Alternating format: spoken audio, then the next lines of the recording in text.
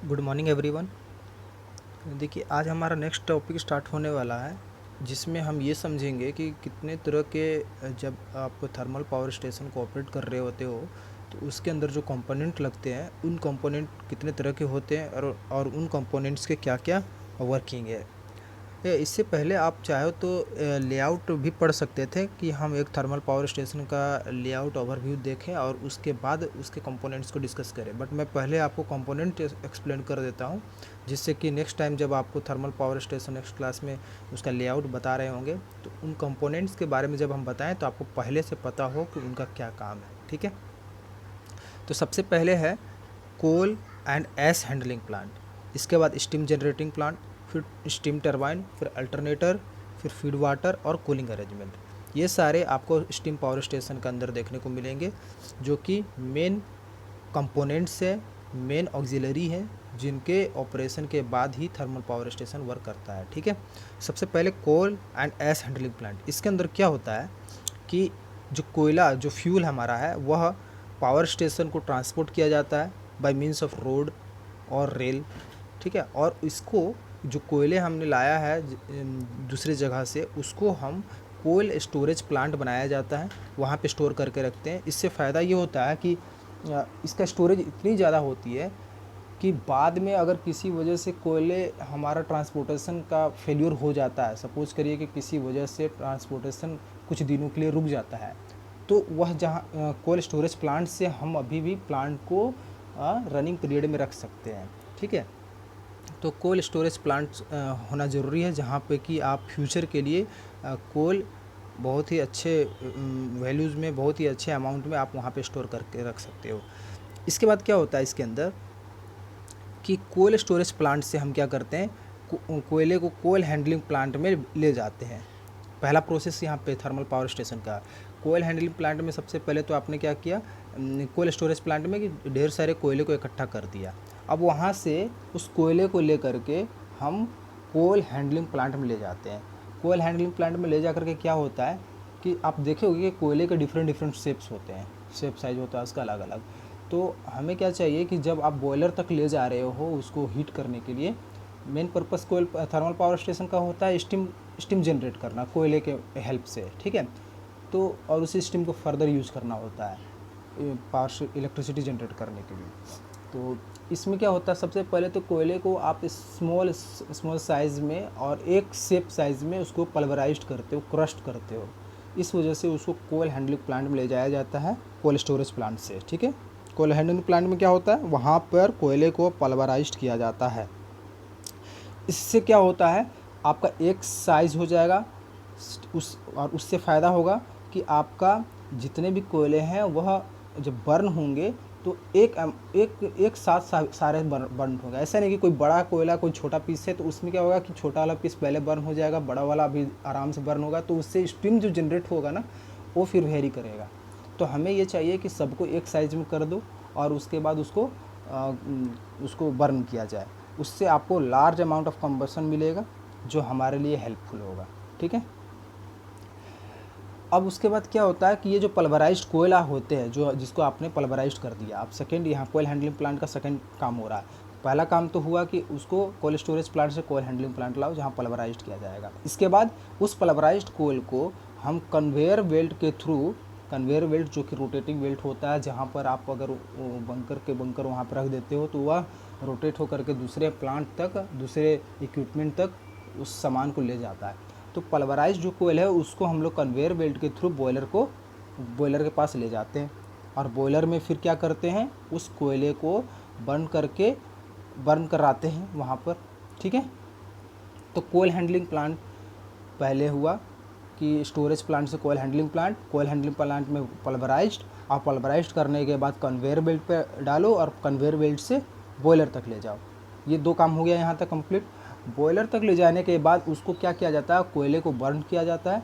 Burn करने के बाद वहाँ पे जो ऐश प्रोड्यूस होते हैं, कोयला जब बर्न होता है तो उसका ऐश प्रोड्यूस होता है। ठीक है ना, तो उस ऐश को हम कम्प्लीटली वहाँ से, जब कंप्लीट बर्न हो जाता है तो उस ऐश को वहाँ से रिमूव कराते हैं और ऐश हैंडलिंग प्लांट में ले जाते हैं और वहाँ से फिर उसको डिस्पोजल पर्पस के लिए इस्तेमाल किया जाता है। तो एक ऐश हैंडलिंग प्लांट भी बना हुआ रहेगा। और एस हैंडलिंग प्लांट का काम क्या रहेगा कि जो कोयले बर्न हो करके बॉयलर से बर्न हो करके ऐश में बदल चुके हैं, उस ऐश को हम ऐश हैंडलिंग प्लांट में डिस्पोजल पर्पस के लिए डिलीवर कर देते हैं। ठीक है, तो हमें ये बहुत ज़रूरी होता है कि बॉयलर से जो ऐश है ना उसको रिमूव किया जाए, क्योंकि उससे हमारा जो आगे नेक्स्ट कोयला आएगा वो प्रॉपर बर्न हो सकेगा। तो हमें प्रॉपर बर्न कराना होता है जिससे कि अच्छा अमाउंट में आपको स्टीम मिले। तो ये सारे 3 प्रोसेस होते हैं। एक बार और मैं शॉर्ट में रिवाइज करा देता हूँ। सबसे पहले कोल स्टोरेज प्लांट से कोयल हैंडलिंग प्लांट में ले जाते हैं, जहाँ पे उसको पल्वराइज्ड किया जाता है। पहला काम, पल्वराइज्ड करने के बाद कन्वेयर बेल्ट पे बैठाया जाता है जिससे कि वह बॉयलर को जा सके स्टीम होने के लिए। ठीक है, ये सेकंड काम। इस जब बॉयलर में कोयला बर्न हो जाता है, कम्प्लीटली बर्न हो जाता है, तो वहाँ पे ऐश जो बचते हैं उसको ऐश हम वहाँ से रिमूव करते हैं। रिमूव करना ज़रूरी होता है ताकि आपका कोयला अच्छे से बर्न हो सके। तो उसको रिमूव करके ऐश हैंडलिंग प्लांट में डिस्पोजल पर्पस के लिए भेज देते हैं। ये थर्ड काम। तो यहाँ पर आपको कोयल स्टोरेज प्लांट से आपको 3 काम निकल कर आता है। ये तीनों आपको ध्यान में रखना है। नेक्स्ट आते हैं steam generating plant. Steam generating plant के अंदर आपका ये सारा इक्विपमेंट्स का यूज़ होता है, जिसमें बॉयलर है। और बॉयलर का काम क्या होता है कि आपका जो the heat of combustion of coal in the boiler is utilise to convert water into steam at high temperature and pressure. ठीक है, the flue gases from the boiler make their journey through super heater, economiser, air pre heater and are finally exhausted to atmosphere through the chimney. देखिए, boiler के अंदर आपको बहुत ही high temperature पे water को स्टीम में बदलना पड़ता है। वाटर को स्टीम में कैसे बदलोगे? वाटर को हीट करके। और वाटर को हीट कैसे किया जाता है? तो कोयले की मदद से। इसी वजह से इसका थर्मल पावर प्लांट नाम होता है। तो वाटर को आप स्टीम में बदल देते हो। स्टीम में जब बदलते हो ना, तब उसके बीच में ही आपको वाटर और स्टीम के बीच में ही मॉइस्चर कंटेंट होते हैं कुछ। तो उस मॉइस्चर को रिमूव करने के लिए, जिसको हम लोग फ्लू गैसेस कहते हैं, वो फ्लू गैसेस को रिमूव करने के लिए, हटाने के लिए इसको कई जगहों से पास कराया जाता है, ले जाया जाता है। जिसमें से सुपर हीटर होता है एक, उसके बाद इकोनोमाइजर होता है, फिर एयर प्री हीटर होता है, और फाइनली आपके जो गैसेस हैं, जो स्टीम है, उसको तो हम यूज़ कर लेते हैं। और बाकी जो हमारा यूज़ होने लायक नहीं है उसको चिमनी के थ्रू उसे एग्जॉस्ट कर देते हैं। ठीक है, तो सुपर हीटर में क्या होता है, देखिए कि the steam produced in the boiler is wet and is pass through a super heater where it is dried and super heated. ठीक है ना, इस बात को तो आप समझ रहे होंगे कि आप जो स्टीम प्रोड्यूस करते हो बॉयलर के अंदर, वह क्या होता है, कहीं ना कहीं थोड़ा बहुत वेट होता है। इसको हम लोग पास कराते हैं सुपर हीटर से, जहाँ पर कि ये पूरी तरह से ड्राइड होता है एंड सुपर हीटेड होता है। सुपर हीटेड होने का मतलब ये हुआ कि जो स्टीम है वह वाटर के बॉइलिंग टेम्परेचर से, बॉइलिंग पॉइंट से भी ऊपर है। ठीक है, सुपर हीटेड हो जाता है by the flue gases on their way to chimney. ठीक है, तो अब इसमें हमें फ़ायदा क्या हुआ? 2 तरह के फ़ायदे होते हैं। पहला कि इसका ओवरऑल एफिशिएंसी बढ़ेगा, और दूसरा कि बहुत ज़्यादा कंडेंस करने का लास्ट स्टेज में हम क्या करते हैं ना, कि जब हम टरबाइन के ऊपर स्टीम को गिराते हैं हाई प्रेशर में, तो वहाँ पे जो रोटेट होता है टरबाइन, उसके साथ साथ कुछ हमारा स्टीम जो होता है ना, वह एक वाटर ड्रॉपलेट बन करके उसको कंडेंसर प्लांट में भेजा जाता है, ताकि वह फिर से ठंडा करे उसको, और उसको वापस से फीड करके हम बॉयलर के पास भेज दें और उसको वापस से हीट करें। तो ये जो कंडेंसेशन करने का प्रोसेस होता है, वह अगर हम सुपर हीटेड करते हैं तो वहाँ पे हमें जो लास्ट स्टेज में कंडेंसेशन काम करना होता है वह कम हो जाएगा। क्योंकि ज़्यादा हम कंडेंसेशन करेंगे तो हो सकता है कि टरबाइन में जो ब्लेड लगे हुए हैं, जहाँ पर उस स्टीम का यूज़ कर रहे हैं उसको रोटेट करने के लिए, तो उसके ब्लेड को कोरोड हो सकता है, कोरोजन उसके अंदर बैठ सकता है। तो उस चीज़ को बचाने के लिए भी हमारा सुपर हीटेड वर्क करता है। कम कंडेंसेशन करना पड़ेगा तो कम कोरोजन होने का चांसेस है, ज़्यादा करेंगे तो बहुत जल्दी कोरोजन का इफेक्ट आ जाएगा उस ब्लेड के ऊपर, तो रिप्लेस करना पड़ेगा। तो ये हमारा एफिशिएंसी लॉस कर देगा। इस वजह से सुपर हीटेड करते हैं, जिससे कि हमारा एफिशिएंसी बढ़ता है, कोरोजन होने से बचाता है। ठीक, ये चीज़ें हैं। फिर नेक्स्ट वन है इकोनोमाइजर। इकोनोमाइजर का काम भी देखो, इकोनोमाइजर और एयर हीटर और सुपर हीटर तीनों एक जैसा ही काम है, बस उसको बार बार इम्प्रूव करना पड़ता है। हमारा जो हीट है, जो स्टीम बना रहा है, उसको स्टीम को प्योर स्टीम बनाना होता है। ठीक है, तो इकोनोमाइजर में देख लीजिए क्या है कि an economiser is essentially a feed water heater ठीक है, and derives heat from the flue gases for this purpose.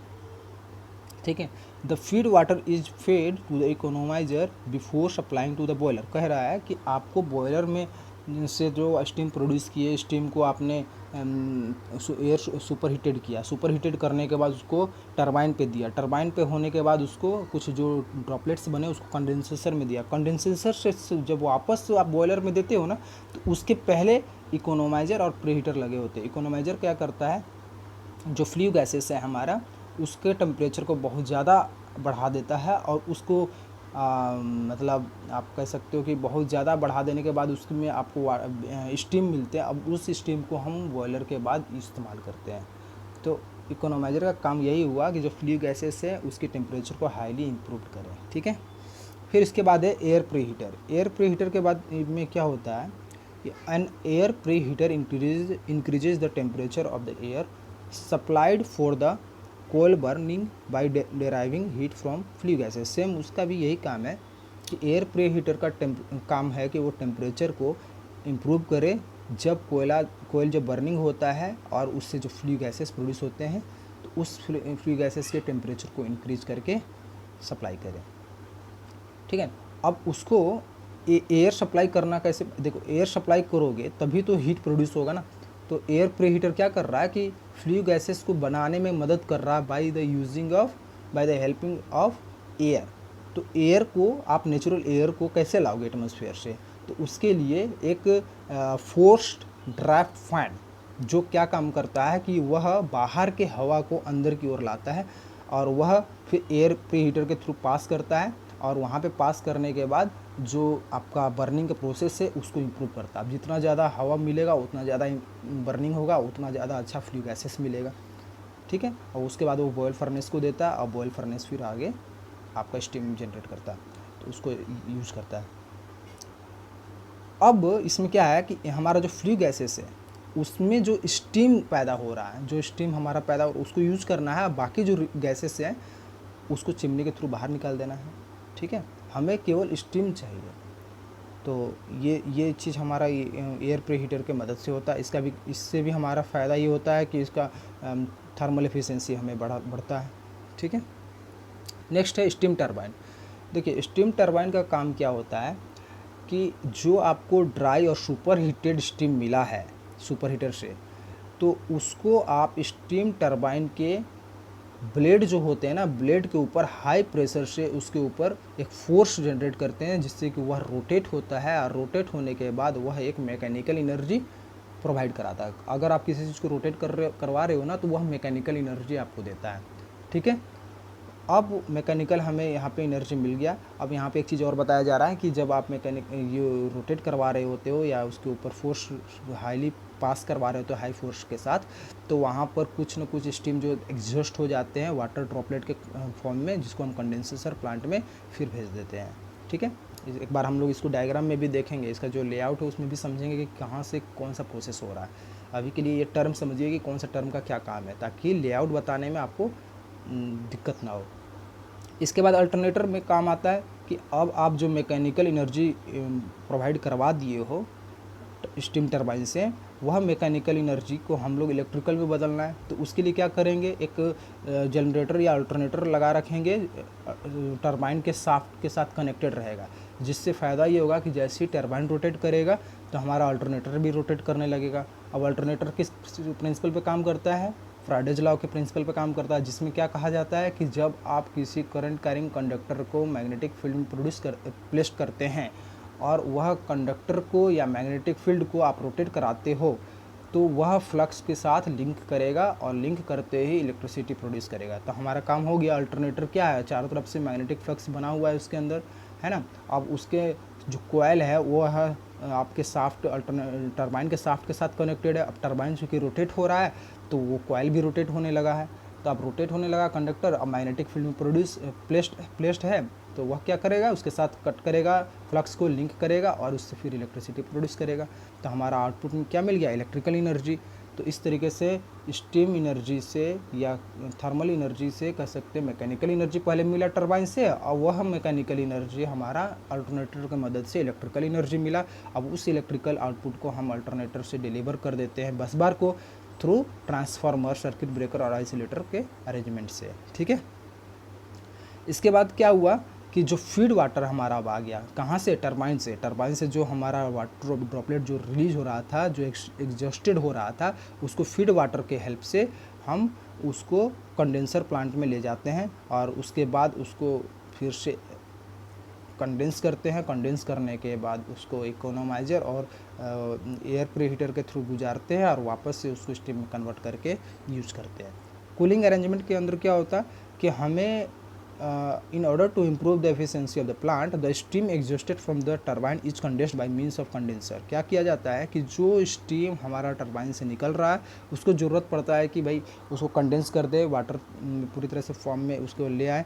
और साथ ही साथ हमारा ये आपको मैंने पहले क्लास में इसके कल वाले क्लास में बताया था कि हम थर्मल पावर प्लांट को कहाँ पे लोकेट कराना चाहते हैं। साइट सिलेक्शन के अंदर बताया था कि रिवर के एक्रॉस इसको बैठाया जाता है इस प्लांट को, जिससे कि हम पानी का भी इस्तेमाल कर सकें। तो जो कंडेंसर या कूलिंग टावर है ना, वह रिवर बैंक के किनारे में ही होता है।